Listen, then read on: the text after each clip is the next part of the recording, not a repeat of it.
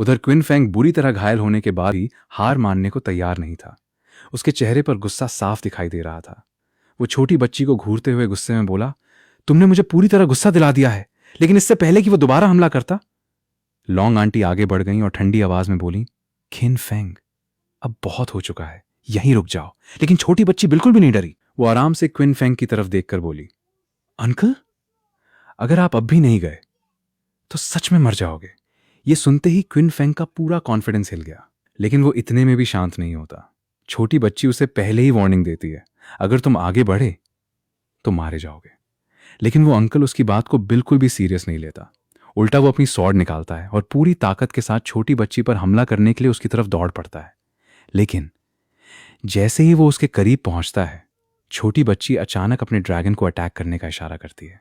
अगले ही पल ड्रैगन उसके ऊपर एक बेहद पावरफुल अटैक छोड़ देता है। उस अटैक की ताकत इतनी जबरदस्त थी कि वो अंकल बुरी तरह घायल होकर कई कदम पीछे जा गिरता है। अब उसे एहसास हो चुका था कि सामने खड़ी ये छोटी बच्ची कोई आम बच्ची नहीं है, बल्कि उसकी ताकत उससे कहीं ज्यादा थी। यही वजह थी कि अब वो समझ चुका था, अगर उसने अभी कुछ नहीं किया तो आज उसकी मौत तय है। इसीलिए वो आखिरी दांव खेलने का फैसला करता है। वो अपनी पूरी लाइफ फोर्स बर्न करके अपनी स्वॉर्ड में इकट्ठा करता है और पूरी ताकत के साथ ड्रैगन पर अपना सबसे पावरफुल अटैक छोड़ देता है।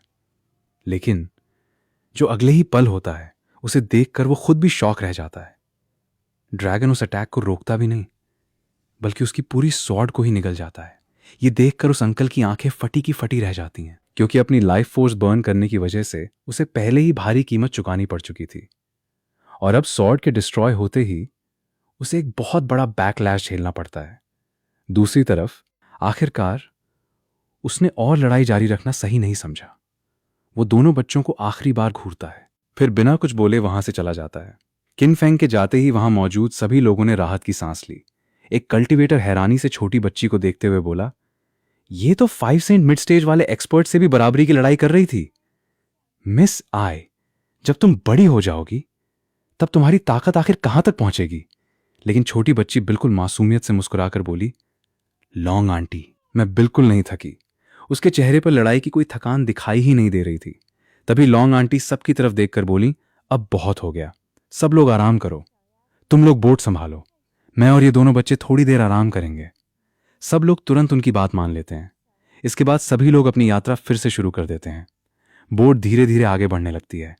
उसी समय व्हाइट हेयर वाला छोटा बच्चा अपनी बहन की तरफ देखकर खुशी से बोला, दीदी, आपकी अभी वाली टेक्निक पहले से भी ज्यादा ताकतवर हो गई है। छोटी बच्ची गर्व से मुस्कुराई और बोली, बिल्कुल, मैं तो हर दिन और भी ताकतवर होती जा रही हूं। इतने दिन बीत गए हैं तो पहले से स्ट्रांग होना तो बनता है। उसकी ये बात सुनकर आसपास बैठे कल्टीवेटर्स एक दूसरे का चेहरा देखने लगे।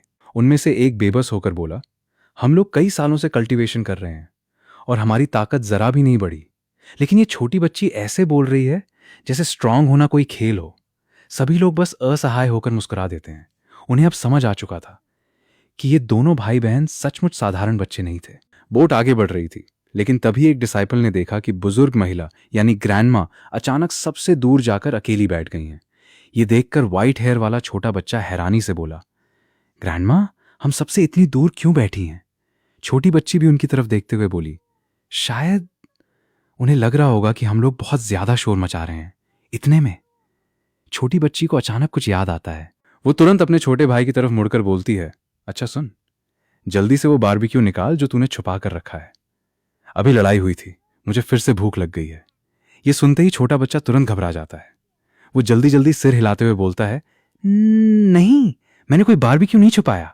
लेकिन छोटी बच्ची उसकी बात पर बिल्कुल भरोसा नहीं करती। वो उसे घूरते हुए कहती है, मुझे बेवकूफ मत बना। जब भी तू बारबेक्यू बनाता है, हर बार थोड़ा सा अपने लिए छुपा कर रख देता है। चल चल जल्दी से निकाल, वरना आज फिर तेरी अच्छी पिटाई होगी। अब बेचारे छोटे बच्चे के पास कोई रास्ता नहीं बचता। वो मुंह बनाकर धीरे से कहता है, ठीक है। फिर अपनी स्टोरेज से बारबेक्यू निकालकर छोटी बच्ची को दे देता है, लेकिन देते समय धीरे से बड़बड़ाता भी है, ये मैंने तो खास तुम्हारे लिए ही छुपा कर रखा था। ये सुनते ही छोटी बच्ची के चेहरे पर मुस्कान आ जाती है। वो प्यार से उसके सिर पर हाथ फेरते हुए कहती है, मेरा छोटा भाई कितना अच्छा है। लेकिन अगले ही पल छोटा बच्चा धीरे धीरे मुंह बनाकर खुद से बड़बड़ाने लगता है, हर बार मेरा ही खाना छीन लेती है। उसकी आवाज बहुत धीमी थी, लेकिन छोटी बच्ची के कानों तक पहुंच जाती है। वो तुरंत उसकी तरफ घूर कर पूछती है, अभी तूने क्या कहा? ये सुनते ही छोटा बच्चा एकदम घबरा जाता है। वो तुरंत मुस्कुराते हुए बोलता है, मैंने तो बस इतना कहा, दीदी मुझे सबसे ज्यादा प्यार करती हैं। उसकी बात सुनकर छोटी बच्ची भी मुस्कुरा देती है। लेकिन तभी अचानक पूरे आसपास का तापमान तेजी से गिरने लगता है। कुछ ही पलों में ठंडी हवाएं चलने लगती हैं। पूरा माहौल एकदम बदल जाता है। ये देखकर लौंग आंटी का चेहरा गंभीर हो जाता है। वो तुरंत सबको सावधान करते हुए कहती हैं, सभी लोग सावधान हो जाओ, दुश्मन आ चुका है। उसी समय छोटी बच्ची दूर खड़े एक आदमी की तरफ देखते हुए कहती है, लगता है इस बार भी कोई लड़ाई होने वाली है। व्हाइट हेयर वाला छोटा बच्चा उत्साहित होकर उस आदमी को देखने लगता है। उसे तो जैसे बस लड़ाई का ही इंतजार था। दीदी, क्या ये भी हमसे लड़ने आया है? छोटी बच्ची कुछ पल उसे ध्यान से देखती है, फिर शांत आवाज में कहती है, शायद। और मुझे लगता है कि ये पहले वाले अंकल से भी ज्यादा ताकतवर है। ये सुनते ही छोटा बच्चा खुश होकर मुस्कुरा देता है। बहुत बढ़िया, इस बार लड़ाई मेरी होगी। उधर सामने खड़ा आदमी ठंडी नजरों से सबको देख रहा था। उसके शरीर से निकल रही ब्लेड इंटेंट पूरे इलाके को जमा देने वाली ठंड में बदल चुकी थी। उसे देखते ही ओल्ड मास्टर उसे पहचान लेती हैं। वो गंभीर होकर पूछती हैं, तुम डीमन ब्लेड सेक्ट के हो? वो आदमी बिना किसी भाव के जवाब देता है, मुझे डीमन ब्लेड सेक्ट से बहुत पहले निकाल दिया गया था। इसके बाद वो ओल्ड मास्टर की तरफ देखते हुए कहता है, मुझे मानना पड़ेगा, तुम क्विन फेंग को पार करके यहां तक पहुंच गई।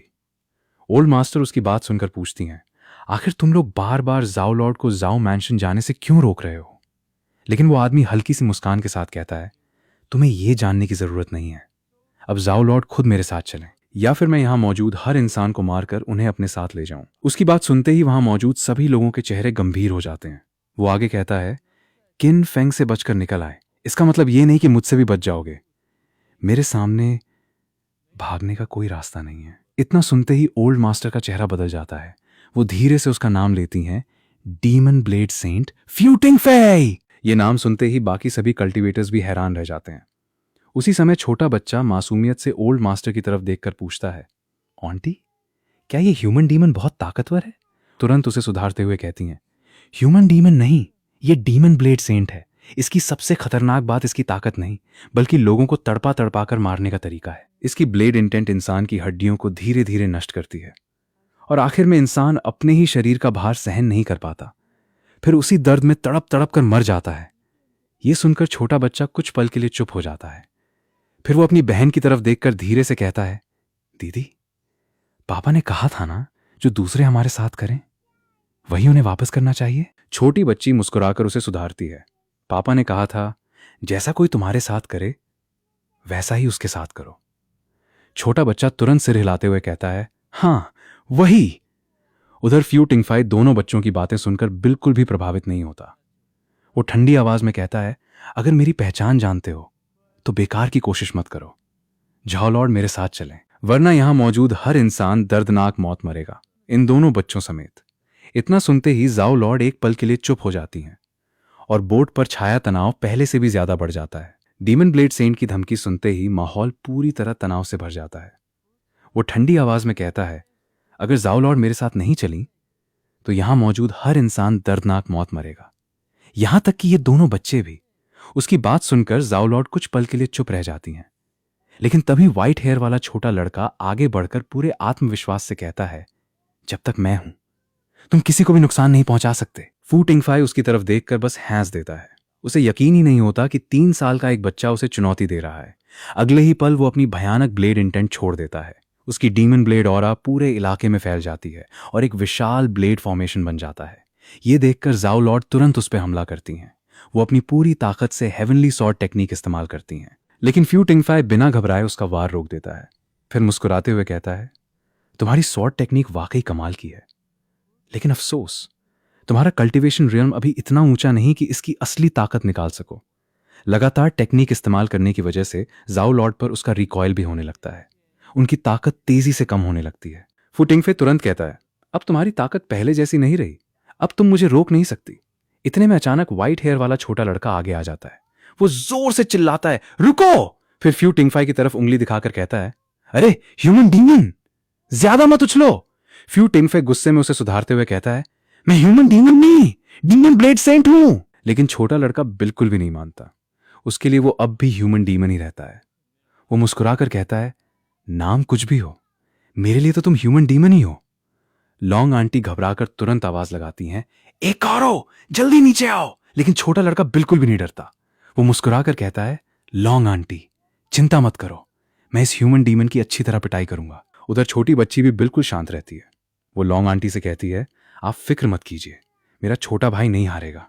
वो हमारे गांव में तीसरे नंबर पे आता है। ये सुनते ही फ्यू टिंगफाई बच्चों का मजाक उड़ाते हुए कहता है, तुम जैसे छोटे बच्चे ठीक से बोल भी नहीं पाते और मुझे हराने चले हो। लेकिन व्हाइट हेयर वाला छोटा लड़का उसकी बात का बिल्कुल भी असर नहीं लेता। वो अपनी जेब से एक खास फॉर्मेशन स्टोन निकालता है और ह्यूमन डीमन के फॉर्मेशन की तरफ बढ़ जाता है। व्हाइट हेयर वाला छोटा लड़का बिना डरे सीधे उस ब्लेड फॉर्मेशन के सामने पहुंच जाता है। उसके हाथ में एक अजीब सा फॉर्मेशन स्टोन होता है। वो ह्यूमन डीमन की तरफ देखकर कहता है, अब सबसे पहले मैं तुम्हारा ये फॉर्मेशन तोड़ूंगा। ह्यूमन डीमन उसकी बात सुनकर हंस पड़ता है। उसे पूरा भरोसा होता है कि 3 साल का बच्चा उसके फॉर्मेशन का कुछ भी नहीं बिगाड़ सकता। वो घमंड से कहता है, तुम्हें लगता है सिर्फ एक फॉर्मेशन स्टोन से तुम मुझे हरा दोगे? और कितनी बार समझाऊं, मैं ह्यूमन डीमन नहीं, डीमन ब्लेड सेंट हूं। लेकिन छोटा लड़का उसकी एक भी बात नहीं सुनता। उल्टा बड़ी मासूमियत से बोलता है, पापा कहते हैं कि ज्यादा गुस्सा करना सेहत के लिए अच्छा नहीं होता। फिर वो बिल्कुल आराम से अपनी बात जारी रखता है, पापा ये भी कहते हैं कि बड़े लोगों को अपने गुस्से पर कंट्रोल रखना चाहिए, सिर्फ छोटे बच्चे ही हर बात पर अपना गुस्सा दूसरों पर निकालते हैं।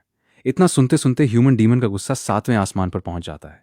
वो जोर से चिल्लाता है, चुप हो जा बदतमीज बच्चे, आज मैं तुम्हें और तुम्हारे उस बेवकूफ बाप को भी सबक सिखा दूंगा। बस अपने पापा के बारे में बुरा सुनते ही छोटे लड़के का चेहरा बदल जाता है। वो गुस्से में ह्यूमन डीमन की तरफ उंगली दिखाकर चिल्लाता है, मेरे पापा को बुरा मत बोलो। अगले ही पल वो बिना एक सेकंड गंवाए अपनी पूरी ताकत से उस पर हमला कर देता है। उसके हाथ से निकला वार इतना तेज होता है कि ह्यूमन डीमन भी एक पल के लिए चौंक जाता है। वो तुरंत अपनी पूरी ताकत लगाकर उसे रोकने की कोशिश करता है, लेकिन तभी छोटा लड़का एक और वार करता है। इस बार उसका अटैक सीधा ह्यूमन डीमन की टेक्निक से टकराता है। पूरा आसमान जोरदार धमाके से गूंज उठता है। उस टक्कर की शॉकवेव इतनी जबरदस्त होती है कि आसपास मौजूद सभी कल्टीवेटर्स हैरानी से उस लड़के को देखने लगते हैं। उन्हें पहली बार एहसास होता है कि ये 3 साल का बच्चा बिल्कुल भी साधारण नहीं है। वो मन ही मन सोचने लगता है, ये कैसे मुमकिन है? एक 3 साल का बच्चा आखिर इतनी ताकत कहां से लाया? उधर लॉन्ग आंटी और उनकी मास्टर भी ये नजारा देखकर पूरी तरह हैरान रह जाती हैं।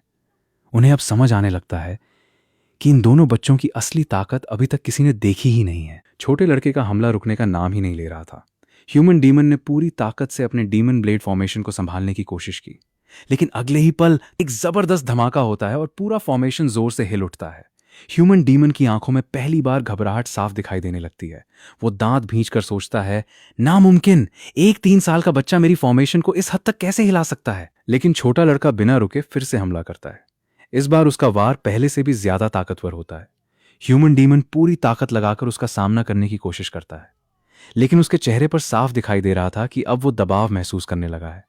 उसी समय पीली ड्रेस वाली छोटी बच्ची भी खुशी से लड़ाई में कूद पड़ती है और अपने छोटे भाई से कहती है कि दुश्मन को उसकी तरफ उछाल दे। दोनों भाई बहन मिलकर उस यिन डीमन ब्लेड सेंट की ऐसी पिटाई करते हैं कि आसपास खड़े सभी कल्टीवेटर्स हैरान रह जाते हैं। आखिर में छोटी बच्ची आराम से कहती है, मास्टर, अब ये इंसान दानव आपके हवाले हैं, हम जरा दूसरी जरूरी चीज देखने जा रहे हैं। लड़ाई खत्म होते ही माहौल अचानक बिल्कुल हल्का हो जाता है। पीली ड्रेस वाली छोटी बच्ची तुरंत अपने छोटे भाई की तरफ मुड़कर पूछती है, सुनो, तुम्हारे पास अभी भी कुछ बारबेक्यू बचा है क्या? मुझे फिर से भूख लग गई है। सफेद बालों वाला छोटा लड़का मासूमियत से सिर हिलाकर कहता है, इस बार सच में कुछ नहीं बचा। मैंने जो थोड़ा बहुत छिपा कर रखा था वो भी तुम पहले ही खा चुकी हो। ये सुनते ही छोटी बच्ची हल्का सा मुंह फुला लेती है। तभी लॉन्ग आंटी मुस्कुराते हुए दोनों बच्चों से कहती हैं, कोई बात नहीं, जब हम जाओ मैंशन पहुंच जाएंगे तब मैं तुम दोनों के लिए ढेर सारा डीमन बीस्ट मीट तैयार करवाऊंगी। फिर जितना मन करे उतना रोस्ट करना और आराम से खाना। इतना सुनते ही दोनों बच्चों की आंखें खुशी से चमक उठती हैं। दोनों एक साथ बोलते हैं, सच में? लेकिन आंटी, झूठ मत बोलना। सफेद बालों वाला छोटा लड़का तुरंत अपने डैडी की बात याद करते हुए कहता है, डैडी कहते हैं कि जो झूठ बोलता है उसकी नाक बहुत बहुत बहुत लंबी हो जाती है और फिर वो बिल्कुल अच्छा नहीं लगता। उसकी बात सुनकर वहां मौजूद सभी लोग हंसने लगते हैं। इसी बीच लॉन्ग आंटी प्यार से दोनों बच्चों के गाल पकड़कर उन्हें किस कर देती हैं, लेकिन दोनों बच्चे तुरंत घबरा जाते हैं और जल्दी जल्दी अपना चेहरा पोंछने लगते हैं। उन्हें ऐसा करता देखकर लॉन्ग आंटी हैरान होकर पूछती हैं, अरे क्या हुआ? तुम दोनों ऐसे अपना चेहरा क्यों साफ कर रहे हो? इस पर सफेद बालों वाला छोटा लड़का मासूमियत से जवाब देता है, डैडी ने कहा है कि किसी दूसरे को किस नहीं करने देना। अगर कोई किस कर दे तो हम प्योर बेबी नहीं रहते। पीली ड्रेस वाली छोटी बच्ची भी तुरंत सिर हिलाकर उसकी बात का समर्थन करती है। ये सुनकर लॉन्ग आंटी एक पल के लिए बिल्कुल चुप रह जाती हैं। फिर हंसते हुए पूछती हैं, अच्छा, तो क्या तुम्हारे डैडी तुम्हें किस कर सकते हैं? दोनों बच्चे एक साथ कहते हैं, हाँ, डैडी कर सकते हैं। लॉन्ग आंटी फिर पूछती हैं, और तुम्हारी मॉमी? दोनों तुरंत मुस्कुराकर जवाब देते हैं, मॉमी भी कर सकती हैं। कुछ पल सोचने के बाद लॉन्ग आंटी मुस्कुराते हुए कहती हैं, तो फिर ऐसा करते हैं, जब तुम्हें अपनी मॉमी मिल जाए तब मैं उन्हें अपनी बड़ी बहन बना लूंगी। उसके बाद मैं तुम्हारी मौसी बन जाऊंगी। तब तो मैं तुम्हें किस कर सकती हूं, है ना? दोनों बच्चे एक दूसरे की तरफ देखते हैं। फिर सफेद बालों वाला छोटा लड़का मासूमियत से कहता है, अगर आप सच में हमारी मौसी बन गई तब कर सकती हैं। लॉन्ग आंटी उसकी बात सुनकर मुस्कुरा देती हैं। इसके बाद वो सभी से कहती हैं, चलो अब जाओ मैंशन की तरफ निकलते हैं। लेकिन तभी सफेद बालों वाला छोटा लड़का अचानक सबको रुकने के लिए कहता है, रुको, मुझे 2 मिनट दो। इतना कहकर वो तेजी से उसी जगह की तरफ भाग जाता है जहां अभी थोड़ी देर पहले लड़ाई हुई थी। कुछ देर बाद वो वापस लौटता है। उसके हाथ में एक बर्तन भरा हुआ था। लॉन्ग आंटी उसे देखकर हैरानी से पूछती हैं, ए काओरू, तुम ये स्प्रिंग वाटर लेकर क्या कर रहे हो? वो आगे कहती हैं, तुम जिस ब्लेड टेक्निक की प्रैक्टिस करते हो वो बेहद ताकतवर और सीधी ताकत वाली है। इस अर्थ फील्ड यिन स्प्रिंग का पानी तो तुम्हारे किसी काम का नहीं होना चाहिए। छोटा लड़का तुरंत सिर हिलाते हुए मासूमियत से जवाब देता है, प्रैक्टिस? मैं इसका इस्तेमाल प्रैक्टिस के लिए नहीं करने वाला। लॉन्ग आंटी हैरान होकर पूछती हैं, तो फिर इसका क्या करोगे? इस पर छोटा लड़का पूरी मासूमियत से जवाब देता है, ठंडा पीने के लिए। इतना कहकर वो अर्थ फील्ड यिन स्प्रिंग का पानी निकालता है और उसे ठंडा पेय समझकर पी लेता है। एक घूंट पीते ही उसकी आंखें चमक उठती हैं। वो खुशी से बोलता है, वाह, कितना ठंडा है, बहुत स्वादिष्ट। उसे देखकर पीली ड्रेस वाली छोटी बच्ची भी तुरंत उसके पास दौड़कर आती है और उत्साहित होकर कहती है, भैया मुझे भी दो, मेरे लिए भी ठंडा कर दो। छोटा लड़का बिना देर किए अपनी छोटी बहन के लिए भी वही पानी निकाल देता है। छोटी बच्ची भी एक घूंट पीते ही खुश होकर कहती है, सच में बहुत अच्छा है। फिर दोनों अपने डैडी की बात याद करते हैं। छोटी बच्ची थोड़ी नाराज होकर कहती है, डैडी भी ना खुद तो हमेशा ठंडी चीज पीते हैं और कहते रहते हैं कि हमें नहीं पीनी चाहिए। छोटा लड़का मुस्कुराते हुए अपनी छोटी बहन को थोड़ा और स्प्रिंग वाटर दे देता है। उधर लॉन्ग आंटी ये सब देखकर अंदर ही अंदर हैरान रह जाती हैं। वो मन ही मन सोचती हैं, ये दोनों बच्चे जन्म से ही अपनी मां से दूर रहे हैं। शायद इन्हें लगता है कि ये स्प्रिंग वाटर किसी तरह का बीस्ट मिल्क है। फिर वो दोनों बच्चों से प्यार से कहती हैं, कोई बात नहीं, आगे मौका मिला तो मैं तुम्हारे लिए इससे भी अच्छा बीस्ट मिल्क लेकर आऊंगी। ये सुनते ही दोनों बच्चे खुशी से एक साथ बोल उठते हैं, सच में हमें बीस्ट मिल्क बहुत पसंद है। तभी लॉन्ग आंटी प्यार से सफेद बालों वाले छोटे लड़के से पूछती हैं, बेटा तुम जो पी रहे हो ये आखिर है क्या? छोटा लड़का थोड़ा सोचने लगता है, फिर सिर खुजलाते हुए कहता है, डैडी ने इसका नाम बताया था लेकिन मैं भूल गया, शायद कुछ बीस्ट मिल्क था। इतना कहकर वो अपनी छोटी बहन की तरफ देखता है। तुरंत पीली ड्रेस वाली छोटी बच्ची उसकी बात सुधारते हुए कहती है, अरे नहीं, उसका नाम कुछ और था। हाँ याद आया, 8 रैंक डीमन बीस्ट मिल्क। ये नाम सुनते ही लॉन्ग आंटी के चेहरे का रंग ही बदल जाता है। वो हैरानी से लगभग चिल्ला उठती हैं, क्या 8 रैंक डीमन बीस्ट मिल्क? दोनों बच्चों को तो उसकी कीमत का बिल्कुल भी अंदाजा नहीं था। उल्टा सफेद बालों वाला छोटा लड़का मासूमियत से पूछ बैठता है, लॉन्ग आंटी आपने तो कहा था कि आगे हमें इससे भी अच्छा बीस्ट मिल्क पिलाएंगी, वो कब मिलेगा? लॉन्ग आंटी अंदर ही अंदर कड़वी मुस्कान देती हैं। उन्हें अच्छी तरह पता था कि 8 रैंक डीमन बीस्ट मिल्क खुद एक ऐसी अनमोल चीज है जिसकी बराबरी करना भी बेहद मुश्किल है। वो मन ही मन सोचती हैं, मैं इससे बेहतर बीस्ट मिल्क आखिर लाऊंगी कहां से? लेकिन बच्चों का ध्यान अभी भी उसी पर था। सफेद बालों वाला छोटा लड़का खुशी से कहता है, जब हमें उससे भी अच्छा मिल्क मिलेगा तब मैं थोड़ा सा बचाकर डैडी के लिए भी ले जाऊंगा ताकि वो भी उसे देखकर खुश हो जाएं। बच्चों की मासूम बातें सुनकर वहां मौजूद सभी लोग मुस्कुरा देते हैं। तभी लॉन्ग आंटी हल्की झिझक के साथ दोनों बच्चों से पूछती हैं, अगर तुम्हारे पास थोड़ा सा बीस्ट मिल्क बचा हो तो क्या मुझे भी थोड़ा पीने को मिल सकता है? अचानक मुझे बहुत प्यास लग रही है। सफेद बालों वाला छोटा लड़का बिना एक पल सोचे मुस्कुराकर जवाब देता है, हाँ बिल्कुल। वो तुरंत अपना बर्तन निकालकर लॉन्ग आंटी को बीस्ट मिल्क दे देता है। लॉन्ग आंटी जैसे ही उसका एक छोटा सा घूंट पीती हैं, उसी पल उनके शरीर के अंदर स्पिरिचुअल एनर्जी उफान मारने लगती है। उनकी ऑरा तेजी से बढ़ने लगती है और ऐसा लगता है जैसे उनका ब्रेक थ्रू होने वाला हो। ये देखकर सफेद बालों वाला छोटा लड़का घबरा जाता है। वो अपनी छोटी बहन से पूछता है, सिस्टर लॉन्ग आंटी को क्या हो गया? पीली ड्रेस वाली छोटी बच्ची भी उलझन में पड़ जाती है। वो कहती है, कहीं ऐसा तो नहीं कि ये बीस्ट मिल्क खराब हो गया? छोटा लड़का तुरंत सिर हिलाकर कहता है, नहीं, इसका स्वाद तो बिल्कुल ठीक है। और डैडी कहते हैं कि स्टोरेज ट्रेजर में रखी चीज खराब भी नहीं होती। छोटी बच्ची कुछ पल सोचती है, फिर मासूमियत से कहती है, तो फिर शायद इन्हें बीस्ट मिल्क से एलर्जी होगी। दोनों भाई बहन बड़ी मासूमियत से फैसला कर लेते हैं कि अगर इससे ब्रेक थ्रू होता है तो उन्हें भी एलर्जी हो जानी चाहिए। लेकिन तभी सफेद बालों वाला छोटा लड़का अचानक अपना कटोरा पीछे खींच लेता है और कहता है, नहीं, अब ये नहीं पी सकते। डैडी ने कहा है कि किसी दूसरे के पीने के बाद वही चीज नहीं पीनी चाहिए, नहीं तो बीमारी फैल सकती है। इतना कहकर वो सचमुच उस मिल्क को फेंकने की तैयारी करने लगता है। उसी समय वहां मौजूद लॉन्ग आंटी की मास्टर आगे बढ़ती हैं और बड़े सम्मान से दोनों बच्चों से कहती हैं, छोटे दोस्त, अगर तुम्हें कोई आपत्ति न हो तो क्या वो बीस्ट मिल्क मुझे दे सकते हो?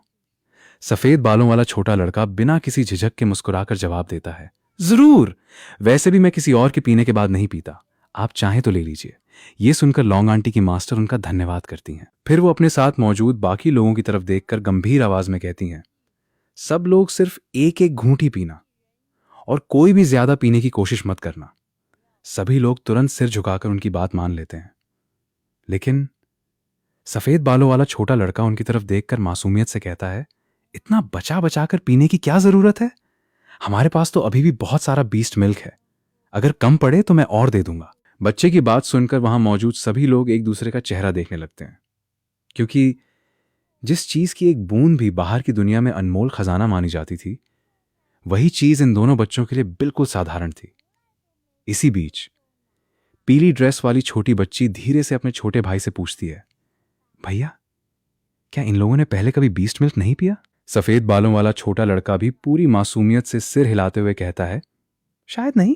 छोटी बच्ची मासूम चेहरे के साथ बोलती है, कितने बेचारे हैं, इतने बड़े हो गए फिर भी कभी बीस्ट मिल्क नहीं पी पाए। दोनों बच्चों की ये मासूम बातें सुनकर वहां मौजूद सभी लोग बस चुपचाप उन्हें देखते रह जाते हैं। तभी लॉन्ग आंटी की मास्टर एक बार फिर दोनों बच्चों के पास आती हैं। इस बार वो कहती हैं, अगर हो सके तो क्या मुझे एक पूरा कटोरा बीस्ट मिल्क मिल सकता है? बदले में मैं तुम्हें एक ट्रेजर दूंगी। इतना कहकर वो अपने स्टोरेज ट्रेजर से एक बेहद खूबसूरत आइस स्नो लोटस निकालती हैं। वो बताती हैं, ये ice snow lotus snow region के सबसे उत्तरी इलाके से लाई गई है। इसकी कीमत बेहद ज्यादा है। भले ही ये तुम्हारे बीस्ट मिल्क जितनी कीमती न हो, लेकिन ये 6 रैंक का रेयर ट्रेजर है। फिलहाल मेरे पास इससे बेहतर चीज नहीं है। सफेद बालों वाला छोटा लड़का उस लोटस को बड़े ध्यान से देखता है, फिर उसके चेहरे पर मुस्कान आ जाती है। वो खुशी से कहता है, वाह, कितना सुंदर फूल है, मुझे ये बहुत पसंद आया। फिर मासूमियत से पूछ बैठता है, क्या आपके पास ऐसे और भी सुंदर फूल हैं? अगर होंगे तो मैं आपको और बीस्ट मिल्क भी दे दूंगा।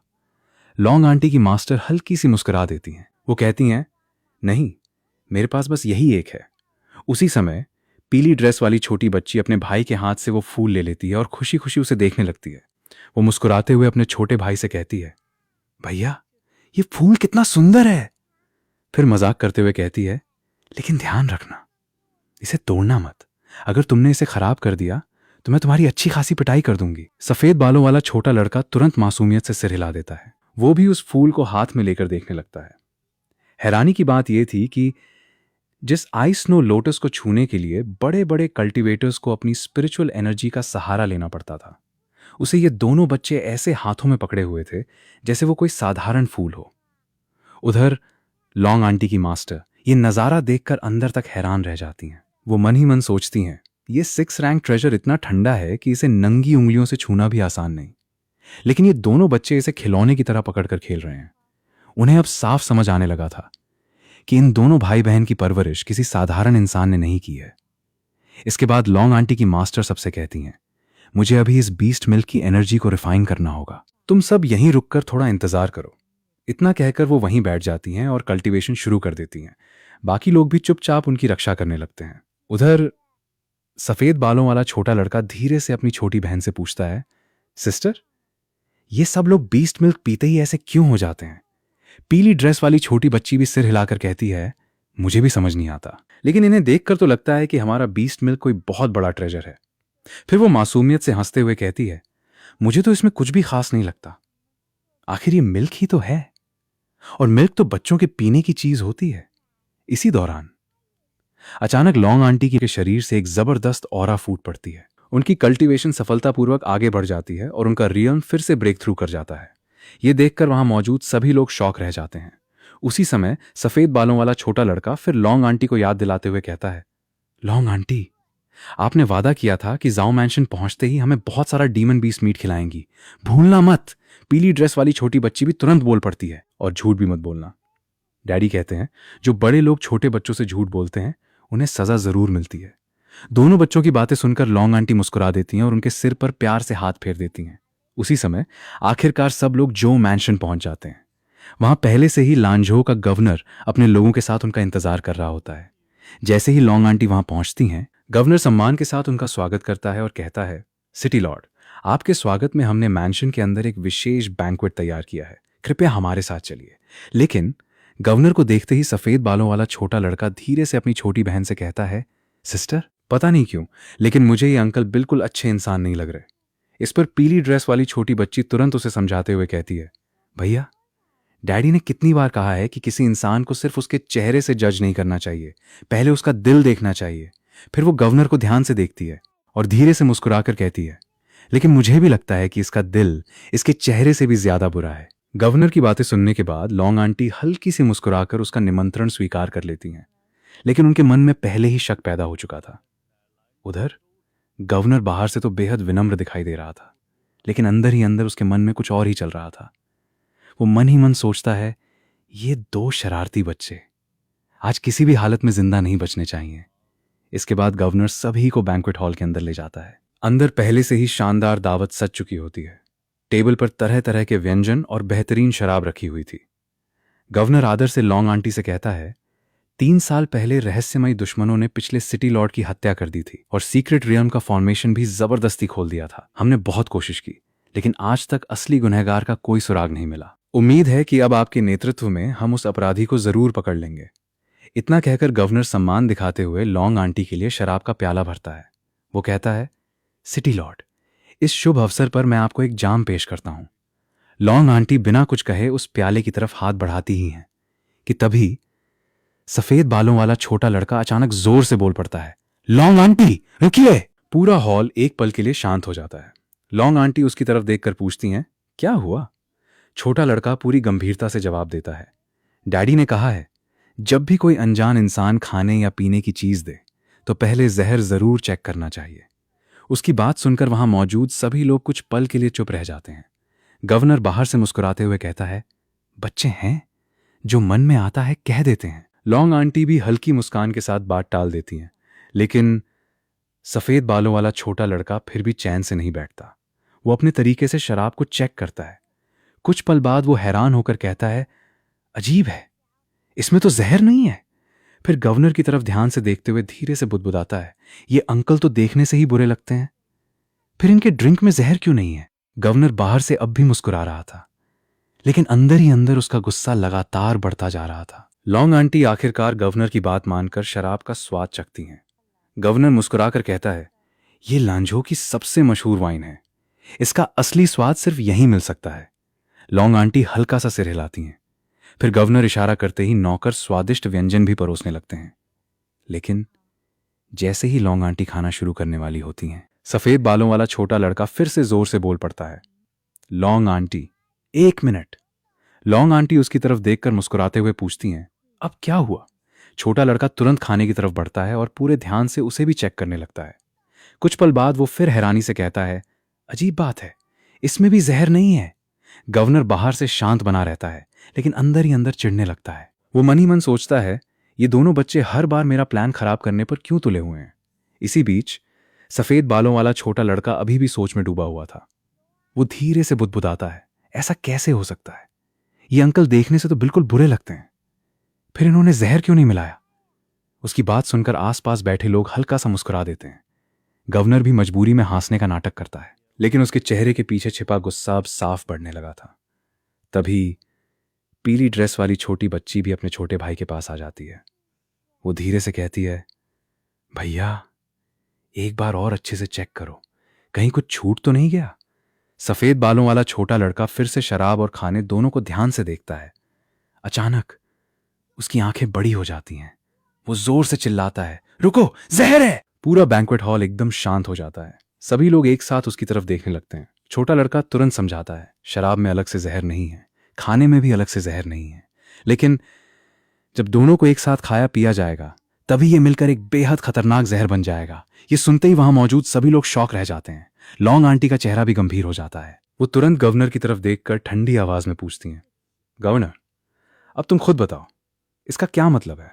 उस पल गवर्नर के चेहरे की मुस्कान पूरी तरह गायब हो जाती है। कमाल है, मेरा इतना परफेक्ट प्लान भी आखिर इन दो बच्चों ने कैसे पकड़ लिया?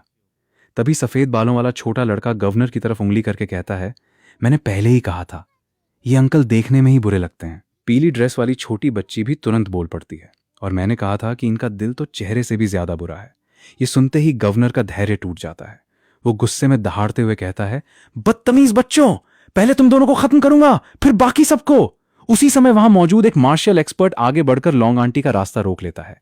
उसके पीछे दो और मार्शल एक्सपर्ट्स भी सामने आ जाते हैं। लॉन्ग आंटी उन्हें देखकर समझ जाती हैं कि यह हमला पहले से प्लान किया गया था, लेकिन तभी उनकी मास्टर भी आगे बढ़ जाती हैं। वो शांत आवाज में कहती हैं, एक मार्शल सेंट शुरुआती स्टेज का और दो मार्शल सेंट मिड स्टेज के कल्टीवेटर्स। इतने लोगों को भेजने के बाद भी तुम लोग मुझे रोक नहीं पाए। गवर्नर ठंडी हंसी हंसते हुए कहता है, अगर सिर्फ इतना ही होता तो मैं कभी इतना भरोसे से तुम्हारा इंतजार नहीं करता। इतना कहते ही अचानक पूरे हॉल के नीचे बना हुआ एक विशाल फॉर्मेशन एक्टिवेट हो जाता है। चारों तरफ तेज रोशनी फैल जाती है और पूरा हॉल उस फॉर्मेशन से घिर जाता है। इसे देखकर लॉन्ग आंटी की मास्टर का चेहरा गंभीर हो जाता है। वो तुरंत पहचान लेती हैं, ये डिवाइन फॉर्मेशन। गवर्नर जोर से हंसते हुए कहता है, बिल्कुल सही, इतनी बड़ी तैयारी सिर्फ तुम्हारे लिए ही की गई है। अब इस फॉर्मेशन के अंदर से तुम लोग जिंदा बाहर नहीं निकल पाओगे। यहीं पर अगला जबरदस्त मुकाबला शुरू होने वाला होता है। फॉर्मेशन एक्टिवेट होते ही वहां मौजूद सभी लोग उसके दबाव को महसूस करने लगते हैं। गवर्नर घमंड से मुस्कुराते हुए कहता है, इस बार तुम लोगों के बचने का कोई रास्ता नहीं है। लेकिन तभी लॉन्ग आंटी की मास्टर भी बिना घबराए अपनी पूरी ताकत छोड़ देती हैं। उनकी स्पिरिचुअल पावर पूरे फॉर्मेशन के अंदर फैल जाती है और दोनों तरफ से जबरदस्त टक्कर शुरू हो जाती है। सो गाइज, आज की वीडियो यहीं पर एंड होती है, लेकिन स्टोरी अभी बिल्कुल भी खत्म नहीं हुई है। असली एक्शन और सबसे डेंजरस फाइट तो अब शुरू होने वाली है। इस बार थोड़ा डिले हो गया क्योंकि इन दिनों मेरा कॉलेज भी चल रहा है, इसलिए चाहकर भी नेक्स्ट पार्ट उतनी जल्दी तैयार नहीं कर पाया। लेकिन अगर आप लोग इस सीरीज को अच्छा सपोर्ट दोगे तो मैं कॉलेज के बीच भी टाइम निकालकर जैसे तैसे मेहनत करके नेक्स्ट पार्ट जितना जल्दी हो सके यू अपलोड कर दूंगा। इसलिए अगर वीडियो पसंद आई हो तो लाइक जरूर कर देना, कमेंट में अपनी ओपिनियन भी बताना और जितना हो सके वीडियो को शेयर करना ताकि ये सीरीज और ज्यादा लोगों तक पहुंच सके। आप लोगों का सपोर्ट ही मुझे मोटिवेट करता है और उसी की वजह से मैं लगातार ऐसे वीडियोस ला पाता हूं। तो चलो गाइस, मिलते हैं नेक्स्ट पार्ट में जो और भी ज्यादा क्रेजी, एक्शन पैक्ड और फन होने वाला है। Till then, take care, stay safe, bye bye.